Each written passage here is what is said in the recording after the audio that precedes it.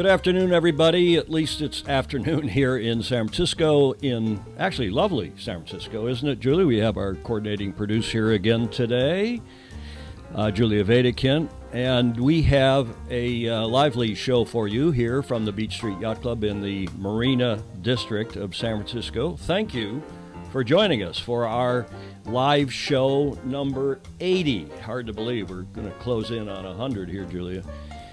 Our show for April 3rd, 2018, and we'll bring you some interesting news, mostly about the Volvo Ocean Race, where Team Brunel has finished just a couple hours ago and won the Leg 7 by only 4 minutes 50 seconds, only the second place over the second place yacht, Dongfang Racing, and we'll talk about that. And we'll talk about the other implications and what's going on with the other yachts on Leg 7. Only 2 of the 7 have finished, and we'll fill you in on what the other 5 are up to. And then some flotsam and jetsam, news and views from across the sport of sailing to give you an update there. Is our sound good, our video good? It looks good at this end. Thank you for joining us. Wayne Schreck and Owen Miller, Paul Homchick, Clancy Solway, John Sangmeister, J. Michael Kiss, Vincent, there's a new name, Guejo, Vincent Guejo, welcome to you. Wayne Schreck, who's a big Michigan fan. We used to play hockey together, 40 years ago in Ann Arbor. And he's a big supporter, thank you again, Wayne, big supporter of Sailing Illustrated. But he's saying here there was a huge nova up in the sky over in Ann Arbor last night. And, of course, Nova is a bit of a joke because he's referring to the very fine basketball team, the men's basketball team from Villanova. And unlike the Spanish name Nova, which means literally don't go or won't go, do you remember when Chevy introduced the Nova into Latin America, and it was the Chevy Nova, and they couldn't sell it? They couldn't figure out why. Clark Chapin, who's watching, will tell you that that's not an apocryphal story, but it's because Nova means in Spanish doesn't go, won't go. Yeah, they could not sell. They could not sell the cars. And anyway, Nova was going fine last night, and to the surprise of very few people, they beat Michigan in the men's basketball championship. And since I've been crowing about Michigan's performance up till last night, we just want to say congratulations to them, to Villanova, who won decisively over the University of Michigan Wolverines. And also, before we get going, I want to apologize to David Warren and our other friends in Newport, Rhode Island.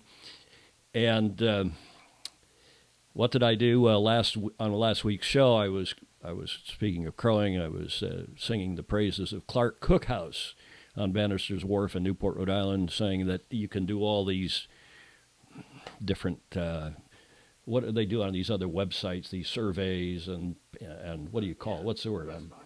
But it's just ridiculous. The best sailing bar, restaurant, and several bars in the Clark Cookhouse. It's the best in the world, and anybody who knows anything knows that. And, of course, anyone who knows anything, including all of you on this show, know that Clark Cook is in Newport, Rhode Island, not in New Zealand, which I erroneously said last week when we were in a segment about New Zealand, and I do sometimes misspeak, and I apologize. Okay, on to the big news of the day. Team Brunel, in this flash announcement from a couple hours ago from Volvo Ocean Racing Media, did in fact win. They've been match racing Charles Caudrelaire's Dongfang race team for the last, 3+ days, and they compress, they'd close up, and then Bowe Becking, who's the veteran, and his team, including as a very fine Kiwi sailor, very fine Kiwi match racer on the boat. You know who that is, Julia? From Emirates Team New Zealand, Pete Burling is on there. And they've had a match race, particularly for the last 24 hours. It's been nail-biting. It's been a fantastic race. And Brunel finished only 4 minutes, 50 seconds ahead of Dongfang early this morning off Itajaí, Brazil, on South America's east coast. In fact, it got very light, no surprise, as they got in closer to the shore. And You can see they're pretty close together, and it got even closer before they got across the finish line. Wisely, Brunel had a crew member up the mast, wind spotting, as you would in light shifterly conditions. And here's another shot you can see in the background. Dongfang is they're covering. They literally covered them tit for tat. It looked like the America's Cup as much as it did the Volvo going into the finish line at Itajaí this morning. A nice shot of Dongfang with the town. And Julie, again, you've been to that port, right? We've talked about that, you and your late husband, who was a ship captain and head of, it was Hamburg Süd. Well, yeah, Columbus Line and Hamburg Süd. Columbus Line, Hamburg Süd, and lovely town. I'm sure the sailors are going to be very happy indeed to get on shore. In fact, I'm going to play a video here in a moment. I think you'll all find interesting. I just grabbed it just literally before we went to air. The sailors are happy. This is, I think it was Thomas, I can't remember his last name, two French buddies, veteran sailors from respectively Dongfang and Brunel. Congratulations to both teams. It was a hell of a race. And, of course, the two of them seem to have suffered the fewest breakdown problems of any of the other teams. And as they say famously in motorsport, to finish first you have to finish, as these two teams did. Let's go play this Pete Burling interview. It's a brief video that I literally, just before we went to air, pulled off the Volvo Ocean Race website. And with any luck, this will work. Yeah, well, I think, we did an amazing job through Southern Ocean, and KP got us in some pretty good spots, and we pushed the boat pretty hard, but then it just seemed to keep being compression after compression, and Dongfang would just get through them, and we'd never be able to get away, so we always knew it was going to be super tight when we hit the light air here, and to be able to hold on and take the win, it was pretty satisfying. No, it's definitely great to finally take a win as a team, or even just a good result. And it feels like we sailed some of the other leagues pretty well, and just things didn't quite go away. But to be able to put it all together this time and come away with a win, and probably the league with the most points on offer in the whole race is super pleasing for us as a group. But obviously, some pretty mixed emotions halfway through with everything that was going on behind us with what happened to Fish and the investors losing their masts, and plenty of chaos going on. We're really glad to be back on dry land now. Well, he called it chaos. I called it carnage, and was criticized by some people for calling it that. And of course, it was chaotic, and there's been a lot of damage. In fact, more than we've reported on the website. We've talked about the dismasting of Vestas. In fact, 4 days ago, on Saturday, we predicted then, based on some inside information we were hearing, and then reading the tea leaves, that Vestas was going to try to motor from the Falklands, where they had taken refuge when their mast fell. Luckily, they were only about 100 miles southeast of the Falklands when that happened. And we reported on Saturday that we thought they were going to try to proceed by motor, by engine, at least in the direction north. Now, here's the interesting thing about, they have a huge logistics problem here. They're in the Falklands, and that story we wrote, and then this story the next day on Saturday. They actually got there Saturday morning, and we did a follow-up story. Maybe it was Friday night, but we did a part April Fools. This is a fun story. If you haven't seen this, go on the website and take a look at this. We had some fun with some of our friends in what was not a typical April Fool's Day, but we some of those are true and some of them are not so true, and we challenge you to discern which are of those stories on Sunday. And then we talked about the Dongfang match race, and then, of course, the result just now.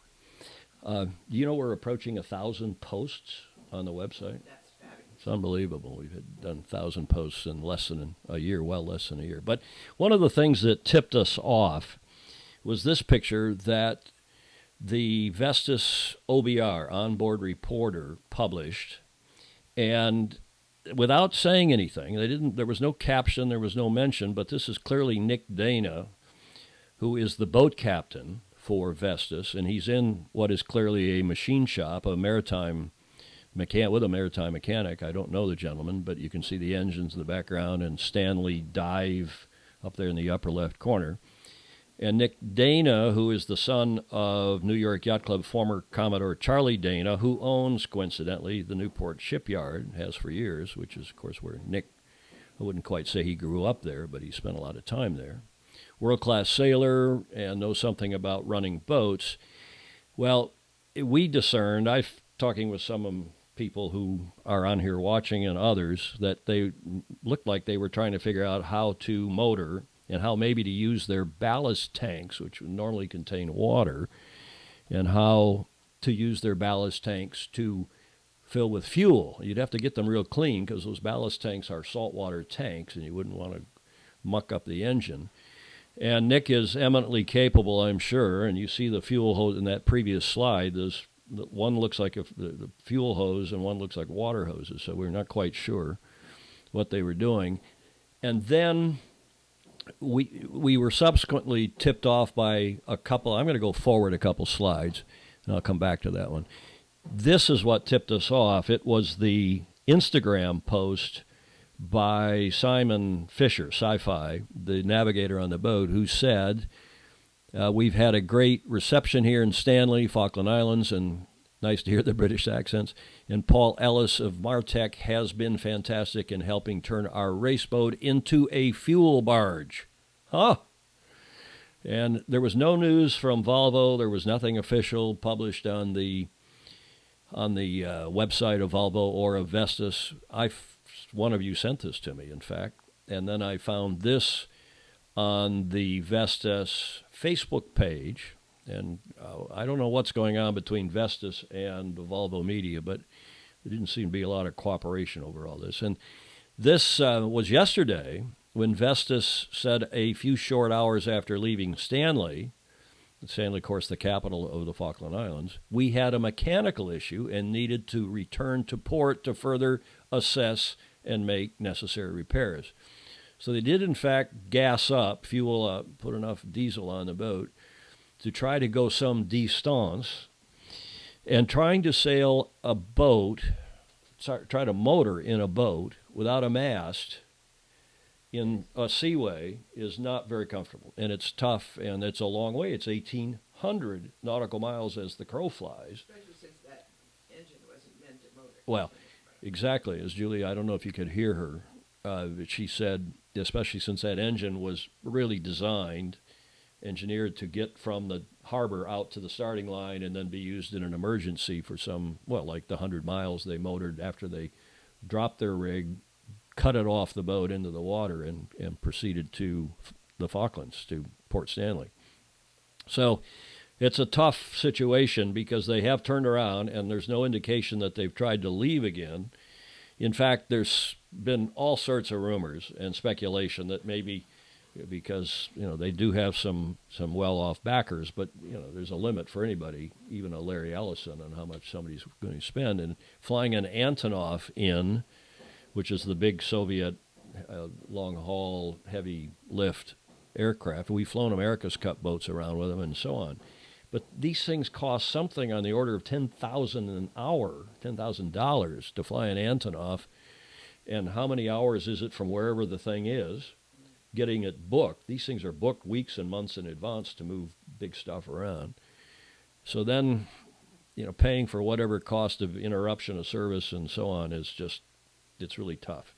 So our hearts and minds are really with this Vestas team, as well as they're trying to figure out how to get up to Itajaí, get a new mast, a replacement mast in the boat. It won't be a new mast. It'll be one of the masts from last time, presumably, because I'm told that all the boats have had new masts put in for this race. I'm not sure that's 100% true, but then that has given Volvo replacement masts, which they are pre-positioning around the world, or at least moving around the world, port to port, in case teams have mast problems en route.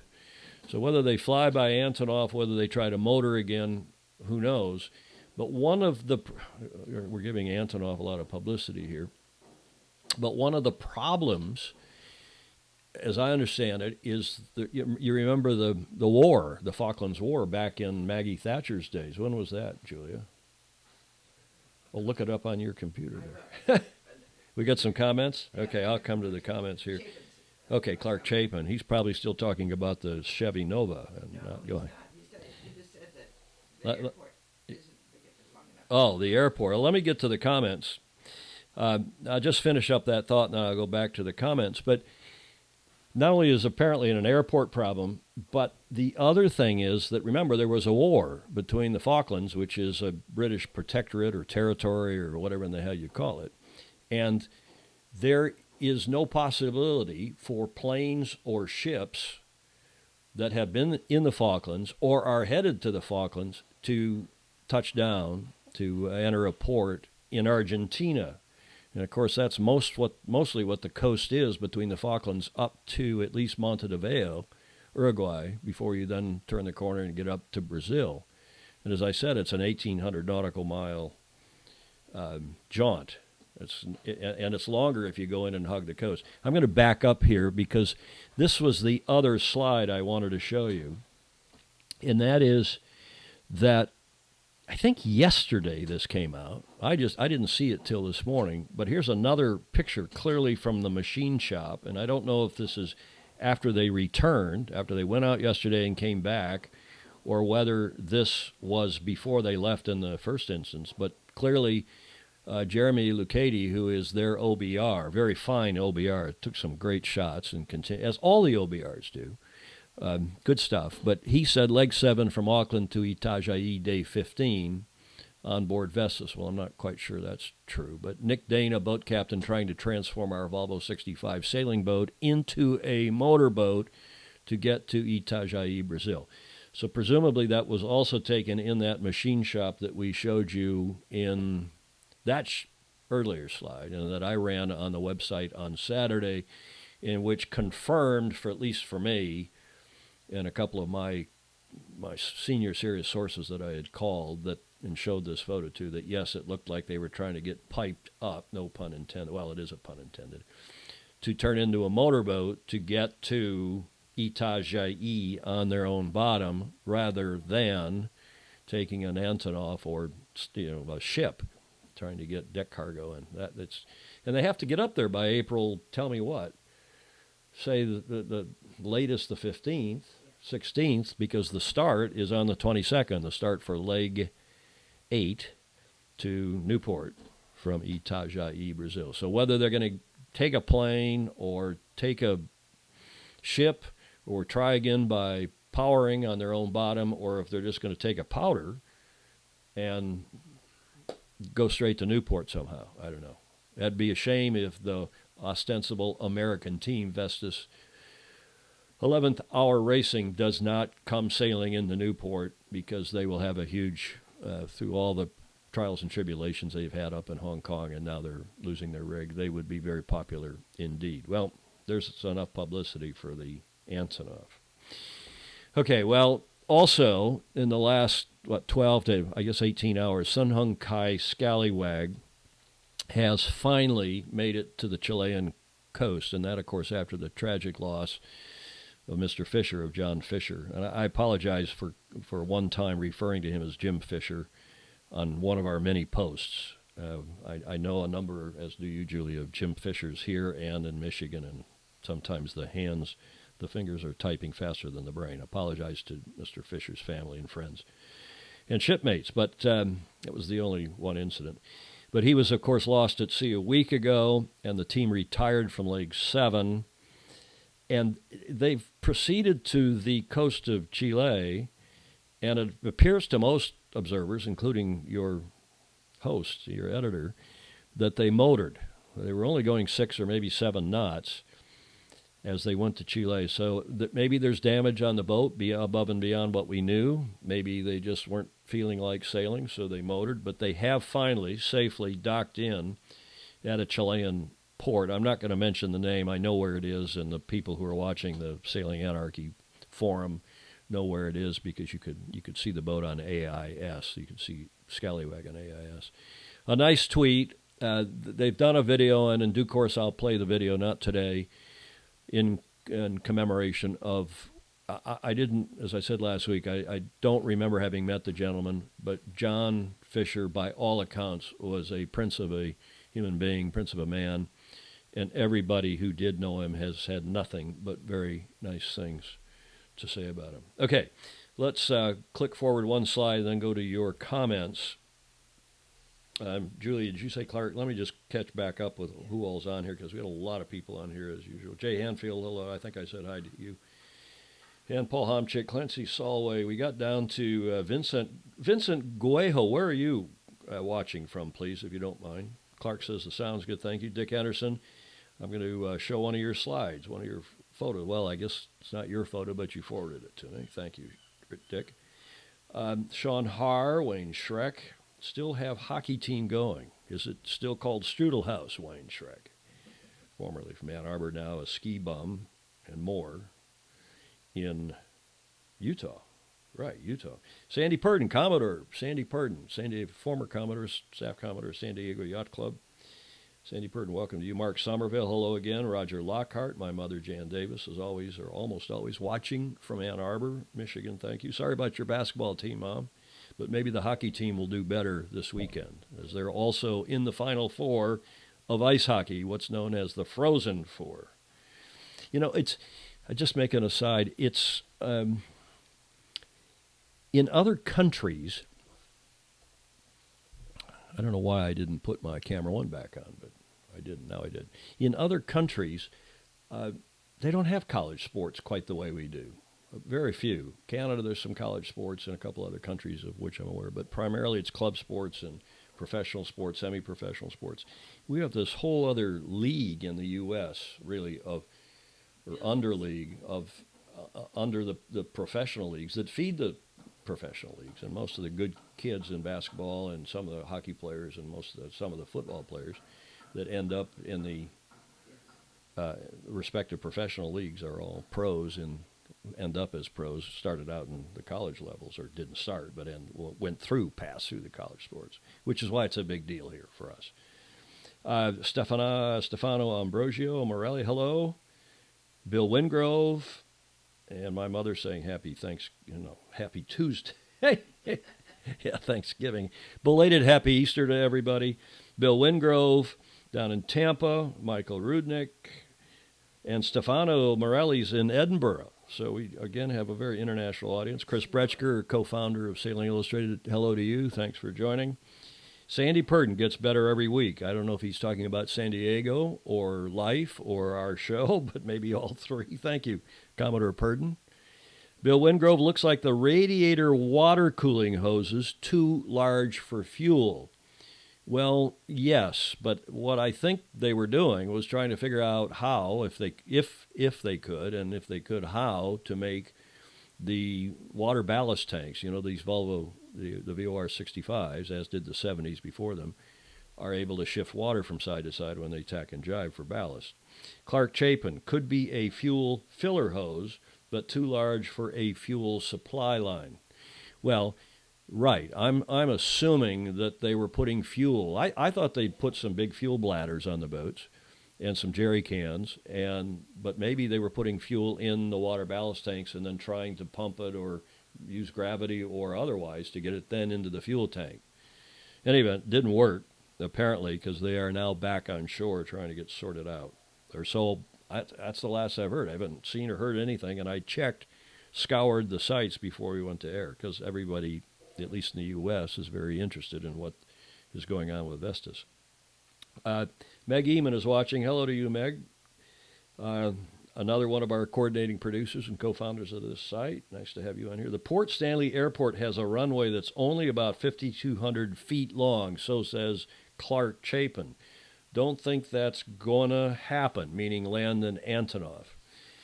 I suspect you're right, but I'm told, however, they can land there, that they have landed there, and maybe, in fact, Clark is saying 3,013 feet to be exact. David Pippinger is saying hi to you, Julia. Did you give David a wave? I did. Pippinger, who's up in Portland and a good friend and also a supporter of Sailing Illustrated. Brad Rutnick, John Chirigliato, Peter Houston in Buffalo, New York. Brad is listening between points from San Diego. I wonder what that means. PTS. Tom Fishbeck is watching. David Pippinger is in Denver. He does a lot of programming commercials for car dealerships. If you ever need somebody to do radio advertising for your car dealership, Pippinger's the guy. David is a good friend of John Elway's while we're promoting people. Clancy Solway, go Bucks. I think that means the Ohio State hockey team, who's also, I believe, Wayne will correct me if I'm wrong, maybe Clark Chapin is in the Frozen Four. Vincent Guejo says he's watching from France. Briefly met you years ago at San Francisco during the Red Bull Youth America's Cup. Well, thanks, Vincent. Thank you to you. Major Hall down in Florida, who was for a long time our coach of the windsurfing team, the Olympic windsurfing team, and was my crew when we won the Championship of Champions way back in 1976, a sunfish sailing buddy and a hell of a good sailor. Never won it without him. Chris Upton is watching. Clark Chapin, RAF Mount Pleasant on the island, has an 80,497 foot runway. And I've just had a Skype just now, apropos the Americas. Well, remind me, Julie, to come back to that America's Cup comment so we don't get lost in these. Jay Hanfield, the rig of Vestas broke relatively close to the deck. I will assume she had more damage on an earlier rig, or they blew a mast track fitting that weakened the mast. Sure, the riggers will. I assume he means no. These masts, correct me if I'm wrong, gang, we got a lot of smart people on here. These masts are deck stepped. There's a big strut underneath on which the mast steps, making it easier to get in and out of the boat. It broke above the first, or at or above the first spreader. First meaning the lower spreader on the mast, if I'm correct. And there's some question because obviously we talk about these other boats. Here we are back on the Volvo, but the two boats that finished, Dongfang just behind, now I'm having a brain fade. I've been at this since 0500. No, Mapfre's, in fact, let's go. I'll tell you what, this is a good reason to go. I have the VOR website on here. Look at that. I have the VOR website on here. So Team Brunel, obviously, sorry for the brain fade, won only by 5 minutes, 40 seconds ahead, 4 minutes, 50 seconds. Brunel over Dongfang when they finished earlier this morning. Axo Nobel, Simeon Teenpond's boat, you can see the purple boat up there, almost Tajai. That is Team Axo Nobel, the ostensible Dutch, or one of the two ostensible Dutch teams. They clearly will finish third, short of some disaster, as they are 430 some odd miles ahead of Turn the Tide on Plastic. So the next interesting question is what happens between TTOP and Mapfre, Julia, because Mapfre is only about, 103 miles or so behind. And that is behind Turn the Tide on Plastic. And this race has tightened up on the overall leaderboard. Mapfre, for their own purposes, really need to get ahead of TTOP if they want to stay in the lead of this race overall, of the Volvo Ocean Race 2017-2018. With 3 legs to go, 8, 9, 10, and 4 legs to go, 8, 9, 10, and there's 11 legs total, if memory serves. Scallywag, as we mentioned, has retired over on the west coast of South America and the Chilean coast. A lot of speculation about them, what their plans are, and frankly, they're probably trying to figure that out now, having just gotten finally ashore after that tragic accident. Vestas 11th hour, likewise down in the Falklands, apparently having a return. So the question is what happens with the rigs, because Turn the Tide on Plastic also had problems with their rig. They were able to jury rig something up at I think the second spreader, and we'll see if other boats, having gone through what many are calling the toughest leg ever in a Volvo Ocean Race, if not even, that's a bit much to say when you consider the Volvo Ocean Race predecessor, the Whitbread Round the World Race, and there's been a lot of tough racing. we'll see. Interested to see what your comments are as we return to the comments. Greg Newman is watching down in Newport Beach. Phil Keister, hello to you, Phil. Rob Colgate. So we'll see how many masts they have in Itajaí and how many teams need masts. What else? Michael Rudnick says, pretty sure cruise ships transit between Falklands in Ushuaia. Thank you, Julia. Ushuaia. But going south, where Ushuaia is in Argentina? Is that on the coast of Argentina? Yeah. Or is it up further north? No, it's at the very, very bottom. Oh, at the very bottom of Argentina, at the southern tip. Okay. Brad Rutnick says PTS means patience, so he's between patients. Maybe he's interrupting his practice, his medical practice. Thanks for that, Brad. Major Hall, good times, Tom, yes. Talk about windy and cold. Nothing like the Volvo Ocean Race has been, but when we won the Championship of Champions way back in 1976 on boats neither of us had ever sailed called Y-Flyers, Carbondale, Illinois, Lake Carbondale. Great sailing lake. Owen Miller, based on where it broke, I'd wager they broke a D1 close to reaching in waves with the vang on while plowing into the waves would push the lower third of the mast forward. Impact and repeated shock loading can be astronomical to the Ds based on the interviews. It sounds like a stay, let go, and the rest is, as we know, it or history.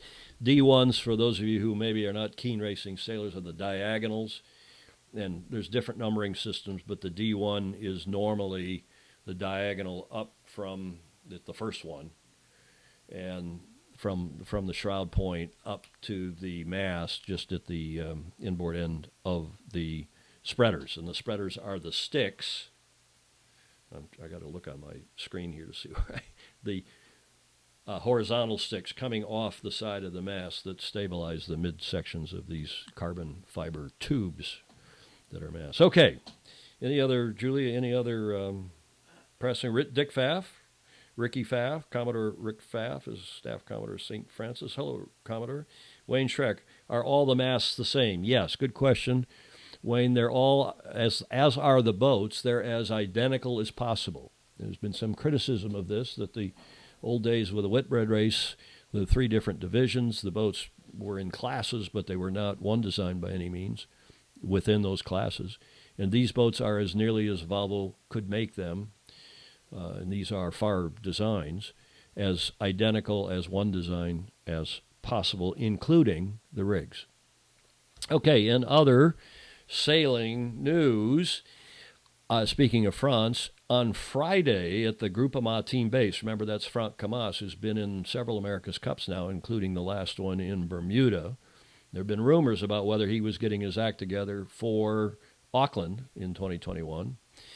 But on Friday, in a report in Le Telegram, one of the French papers, the Minister of Sport, Laura Flessel, there on the left, who was an Olympic fencer back in the day, and there's a video, and frankly, she didn't look very interested in all this. She was kind of there hemming and hawing as the mayor of Lorient, and way over here on the right, this is a screen grab I did as best I could. Sorry about the Sailing Illustrated logo branding over his face, but that is Franck Camas on the far right speaking to Laura Flessel.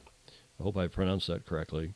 The Minister of Sport for France, and they're obviously pitching her, and so's the story said. There were a lot of media with them about doing the next America's Cup. So if that's the case, then that's good news, because that would be a 5th team in addition to New Zealand, challenger of record Italy, New York Yacht Club, the United States team that's already filed a challenge. They challenged on January 1st when the challenge period opened immediately. And also, presumably, I don't know if they filed a formal challenge, but Ben Ainsley Racing's Land Rover BAR is up and running, full speed ahead, and presumably will be competing as well. This would make a 5th team, which I think is very exciting, very good. There's also a rumor, as I reported on Sunday, continuing a rumor, that Craig Monk, the preeminent New Zealand sailor, he was an Olympic medalist in the Finn class, sailed with us on Oracle Racing, for at least a couple cups, and with Team New Zealand and so on. And he is trying to organize a Chinese team. to lead a Chinese team, which would put 6 teams, which is how many bases they ultimately look like they have sorted out in New Zealand.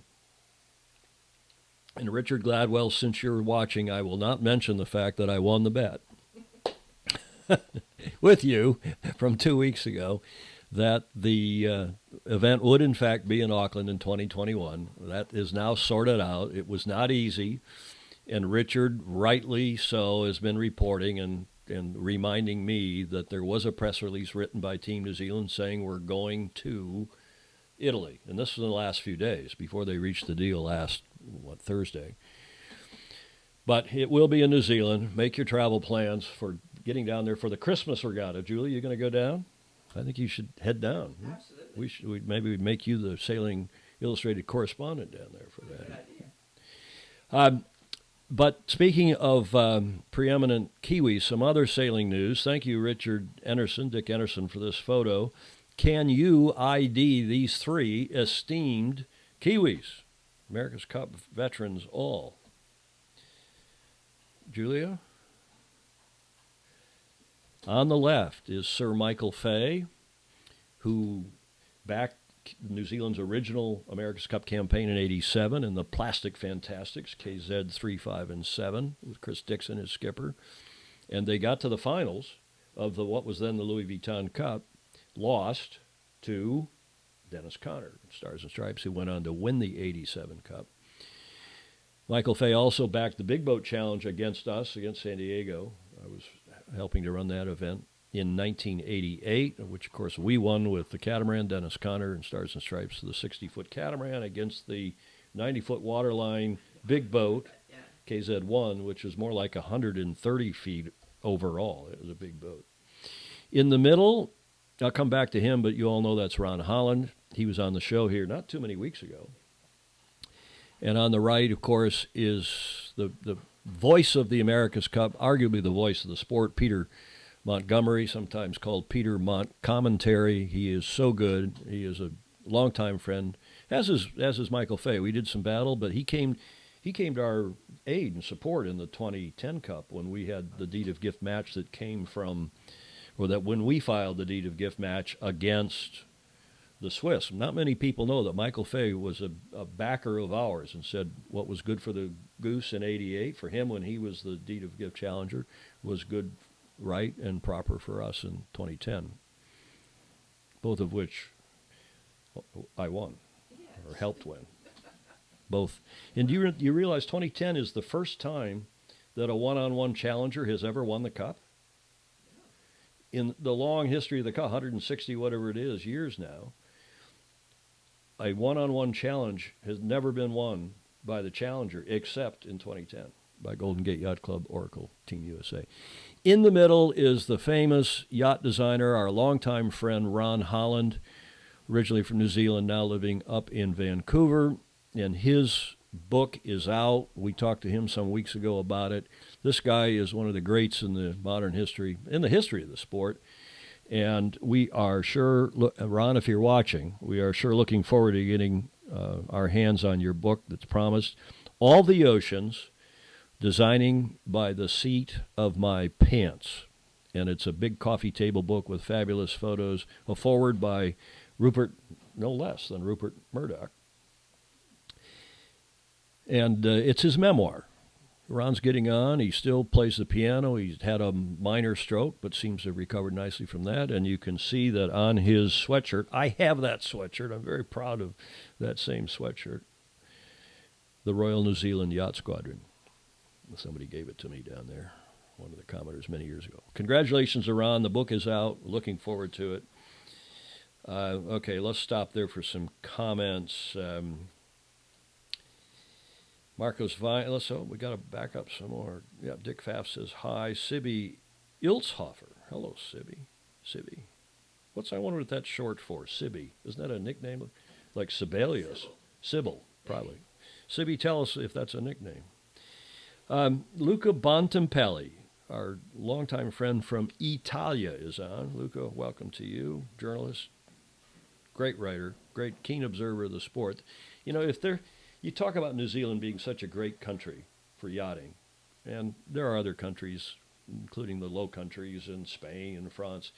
But there's no country that is more crazy about sailing than Italy, whether it's the America's Cup or these other events. And I'm not quite sure why, but it certainly is a great sailing nation. Maybe it's because Cristobal Colombo was Italian, even though he was sailing for Spain. Never mind. And, of course, we don't have Christopher Columbus Day anymore here, do we? They're trying to change it to Indigenous Peoples Day, our Columbus Day in October, which had been celebrating.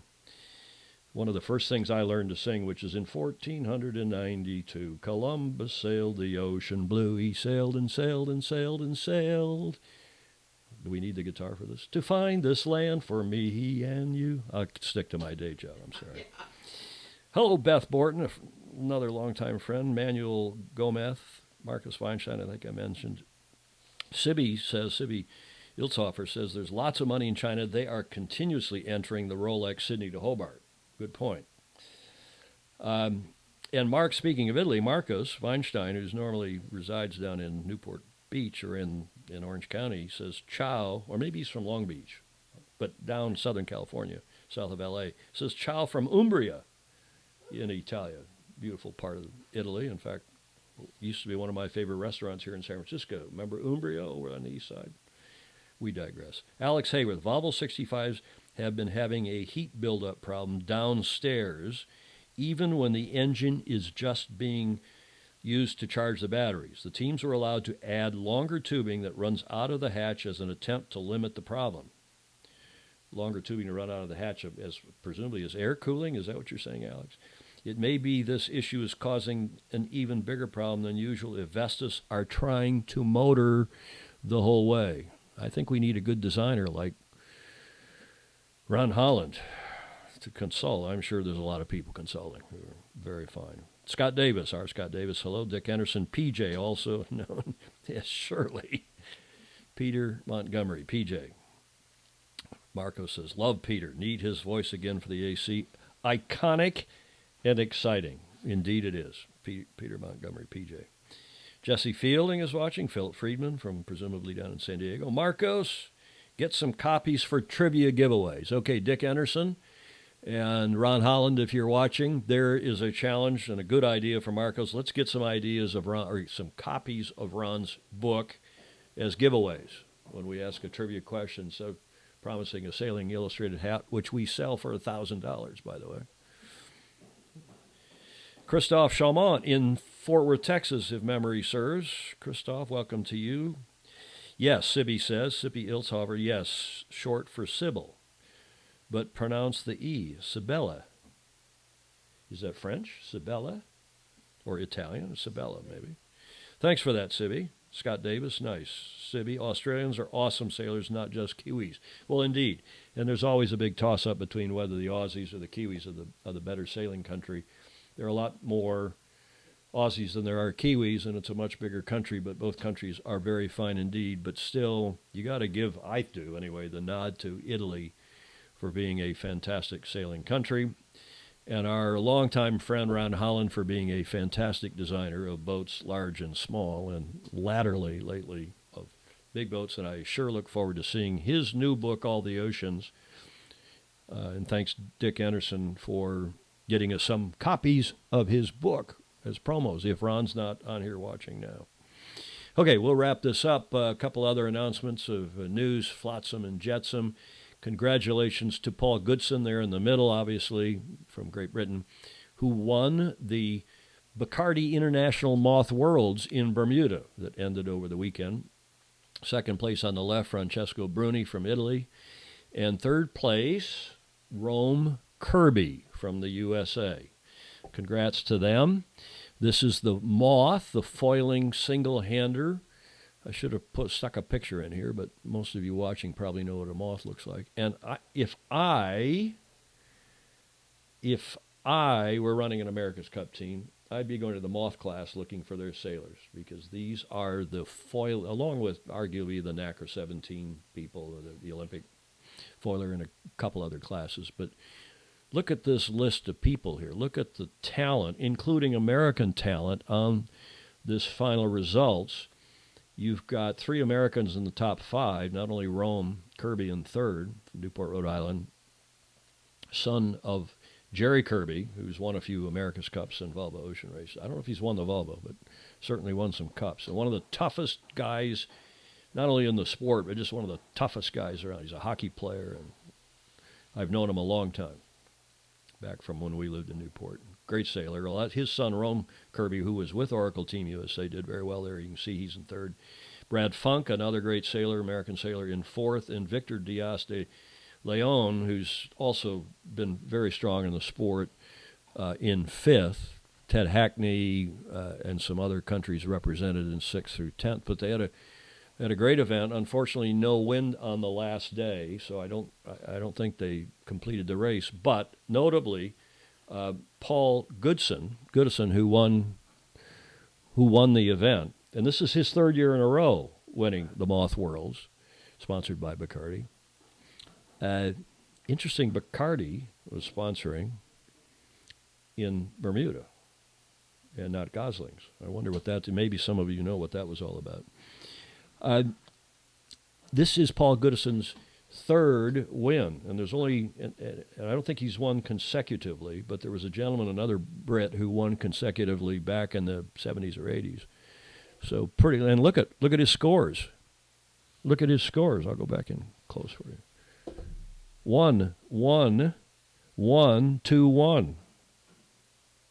Had a DNC. I don't know if he had a breakdown in race 3. I'm not sure what happened, but very impressive indeed. Congrats to Paul. And indeed, congrats to not only Francesco, but Rome, Brad, and Victor, Americans. And again, I won't say it. I will say it. If I were running an America's Cup team, I'd be looking at the men and women, but the sailors from this class, if I were recruiting a top-notch crew. I'd fight the next war, not the last war. There, I said it. Anyone disagree with me? Hello? Finally, here is an 87-year-old doctor and long-time friend. He's been on juries. He and I were on the jury together. This is the gentleman in the middle holding the trophy. His name is Dr. Robin Tattersall. He's from the British Virgins. He went from Great Britain to the British Virgins back in the, I don't know if it was the 60s or the 70s, but way back. Robin, I've known, we were on the jury together for the Pan American Games. He used to come to Newport during the Cup days when we were living there and would stay with us. We've done other sailing and judging together, and he is just a top-notch gentleman. And at age 87, I mean, one of the true gentlemen in the sport. He, along with his team, won their division at the BVI Spring Regatta with all bullets, straight first. Sailing a boat he had never sailed before. I don't know if they chartered something. Remember, the BVI's got wrecked by the hurricane, by Irma. And it's nice, first of all, that this regatta happened, and it's really nice to see that sailors returned and supported the event. And, of course, Robin, who's been living there for a long time, and he's long since retired as the surgeon, the British government surgeon. He was sent there or moved there on his own volition because he loved to sail, and why wouldn't you? And was the British surgeon taking care of the people at BVI for years and years and years. Then, forgive me, but he retired. I'll take a shot at Julia now, but I won't take a shot after I tell the punchline to all this. Besides being one of the great gentlemen in the sport, he's a fine doctor, and he retired and started a plastic surgery business in the BVI. So what better place to go have your nose or other things fixed than go to a nice place, have a vacation, maybe spend a few days while things heal up. And to those of you who know him will know that he's been known for a long time as Tits for Tats. I couldn't resist. And again, any of you who know him in the islands or here in the States or back in the UK, he's just a class guy. Congratulations to Robin. Delighted to know that you won the regatta at age 87 with a terrific crew and straight bullets. Okay, that's it for us. Tomorrow we'll be at the St. Francis Yacht Club doing yet another Wednesday live stream. Yeah, I'll come back to the comments. A good point. Thanks, Julia. The Wednesday yachting luncheon tomorrow is going to be very interesting indeed, because it's more about yachting than perhaps it has been of late, or contemporary yachting. It's Jim Schwartz is the speaker. And he, of course, is a venture capitalist, a philanthropist, and a yachtsman of considerable repute. And it'll be interesting to hear his update on things that he's a film producer, too. He's produced documentaries, and I think they've won some, maybe even Academy Awards. I'm not quite sure.